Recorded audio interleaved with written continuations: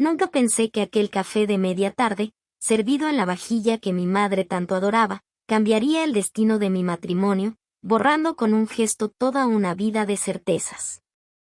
Esa inocente invitación, tan propia de mi naturaleza amable, encendería una chispa prohibida con el esposo de Elena, mi confidente, un hombre al que creía conocer, pero que me desveló la oscuridad insospechada de mi propio corazón y la fragilidad traicionera de la lealtad. Para entender cómo mi vida, antes tejida con hilos de orden y predictibilidad, se desmoronó en un torbellino de pasión, culpa y consecuencias inevitables, debemos regresar a esa tarde de otoño, cuando el sol poniente de mi Sevilla teñía de presagios las calles. El aire en el parque de María Luisa se volvió denso, pesado, como si los naranjos y los parterres de jazmines retuvieran el aliento junto a nosotros. La propuesta de Ricardo, esa frase inesperada, resonó en mi pecho como un eco hueco. Hay algo que no te he contado, un secreto. Mi corazón, que minutos antes latía al ritmo calmo de nuestra caminata, ahora galopaba desbocado, como un potro asustado. ¿Un secreto? ¿Otro más? Habíamos construido nuestra relación sobre los cimientos resbaladizos de una mentira, sí, pero con la promesa de una verdad brutal entre nosotros. Una transparencia, por dolorosa que fuera. Y ahora esto. Me detuve en seco, mis sandalias de esparto, cómodas y ligeras, se hundieron ligeramente en la tierra húmeda del sendero. Ricardo me miró, sus ojos oscuros, antes tan confiados y profundos, ahora reflejaban una vulnerabilidad que no le había visto nunca. Llevaba una camisa de lino color arena, arremangada hasta los codos, y unos pantalones claros que le daban un aire relajado, casi juvenil. Pero la tensión en sus hombros, el ligero temblor de su mano al pasarla por su nuca, delataban una tormenta interna. Dime, mi voz apenas fue un susurro, rasposa, como si una arena fina se hubiera colado en mi garganta. Por favor, Ricardo. Dime qué es. Nos sentamos en un banco de hierro forjado, fresco y duro bajo el sol menguante. El silencio se alargó, un silencio cargado de interrogantes que me asfixiaban.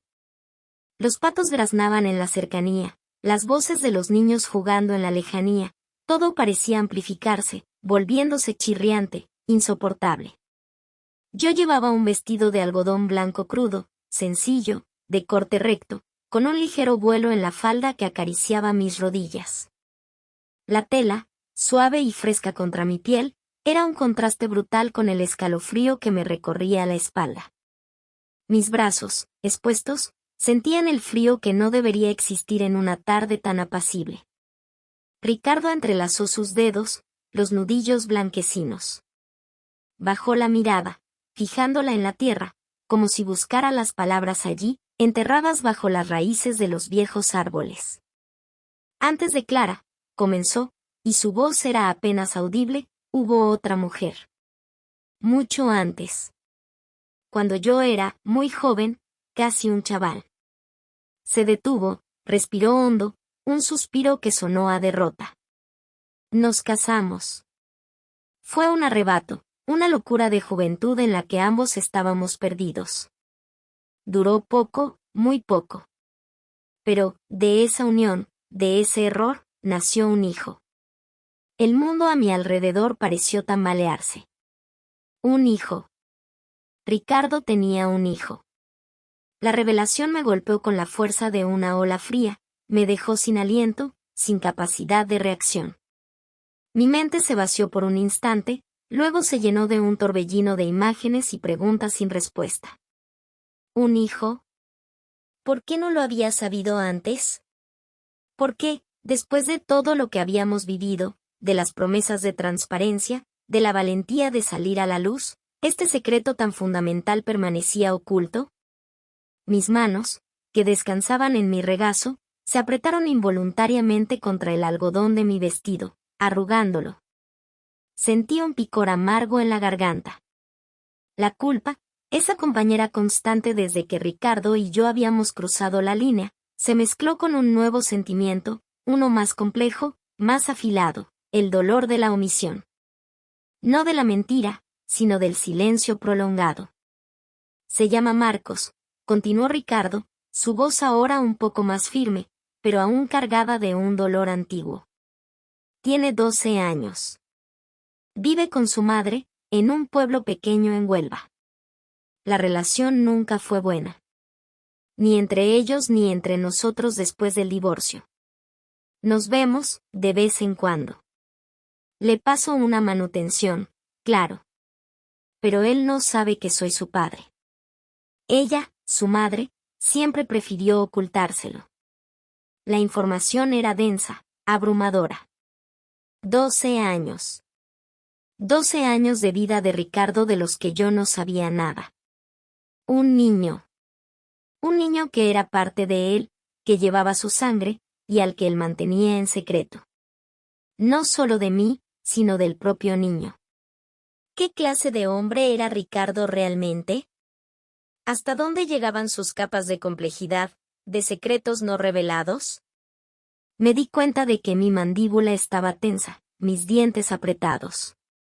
El sol de la tarde, que antes había prometido un atardecer melancólico, ahora se sentía como un foco incandescente sobre mi cabeza.